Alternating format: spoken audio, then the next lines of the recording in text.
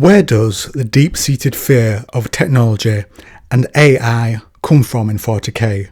What one example shows the scope of abilities they might have had to turn the heaven of humanity, the dark age of technology, into hell?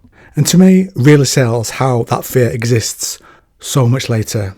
We begin with the technology that triggered this idea, the Noosphere, used by the Mechanicus of Mars. It's a way many of the Mechanicum share their thoughts and work together, a place they can pool all their knowledge, a network each of them can dip into and out of at whatever level they want to share and participate in, be them surface thoughts or deeper ideas. And it's not just data, but also emotions that are communicated through it. But it's also a way they view data. They look at a machine, they see a lot of data that bleeds out from it, either because it's designed that way, or because the augmetics the Mechanicus use read the device and tell them.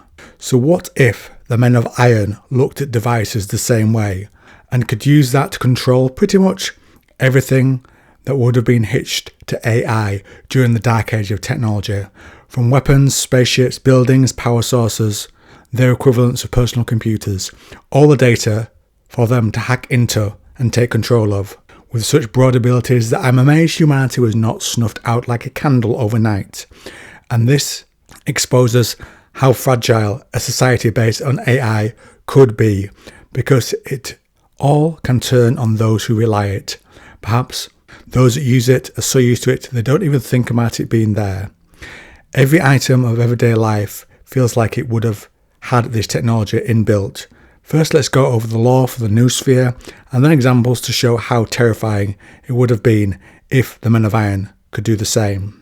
I was instructed in the ways of the Mechanicum by Adept Case, Coriel Zeth said, who was in turn educated by Adept Laszlo, an explorator and hunter of antiquities.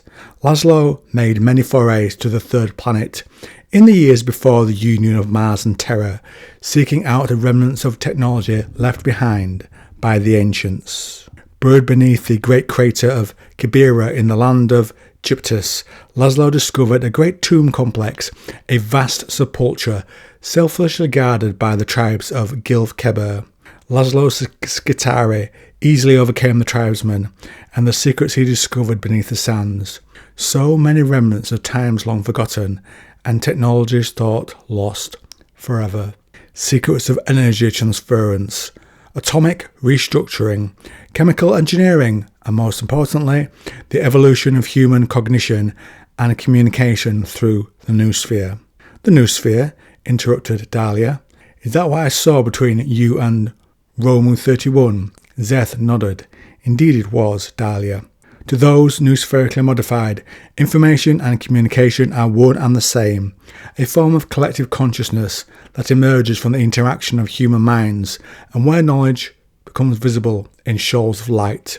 And that's how the Mechanicus learned to see information in that pure form, and it has become used by pretty much all of them. Now to a great example of this vision from Spirit of Eternity by Guy Haley.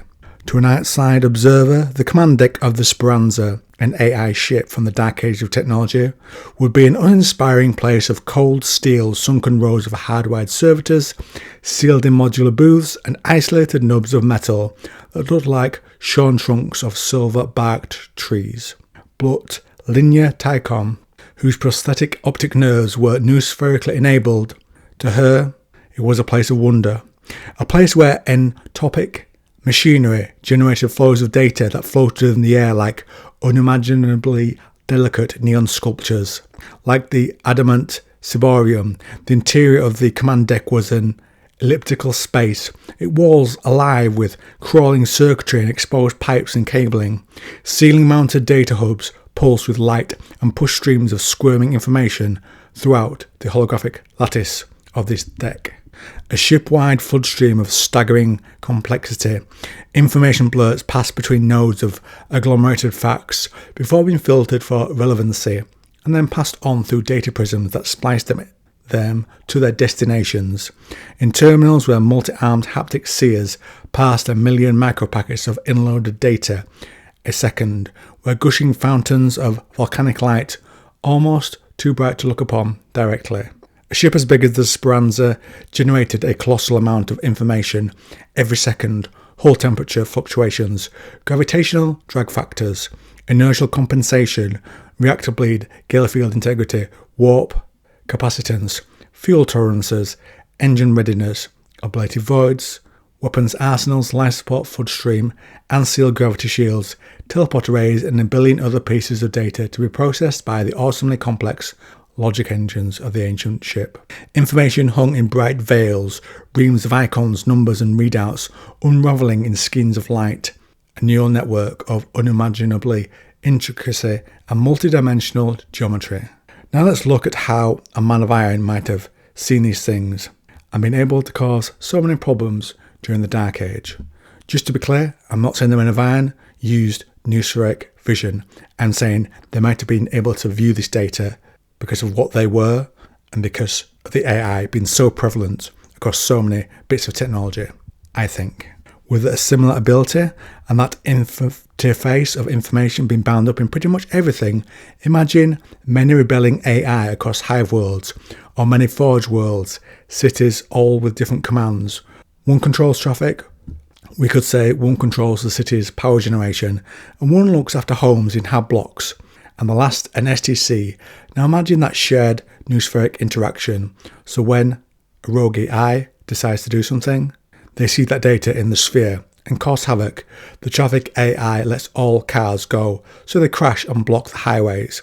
The power is cut out and the appliances within the homes turn on those who use them.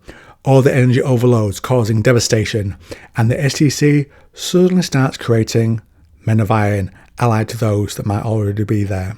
And that could take place across an entire hive world, an entire planet. Those AI titans or knights which fight off Xenos threats for you, and can I say, like the original Castigator Titan, I think the knights from this time would have been entirely AI. They turn on those that rely on them. The Titan tears strips out of the outside of the hive city and cuts chunks and lives out of existence with its weapons. The men of iron guided knights turn on the local Abites equivalent and eliminate any types of organised resistance.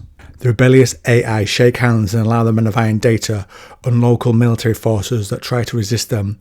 And finally, those warp-capable AI ships you've moved around the galaxy in, they stop allowing travel, so each world is isolated and trapped from the others, on the island without a boat, or the ships go into the warp and lower the gala fields, so that those alive on board can be attacked by the creatures that live there. You get the idea, and can I say it's noted during the cybernetic revolt that some AI did not rebel, but were removed with the rest, such as threat and fear.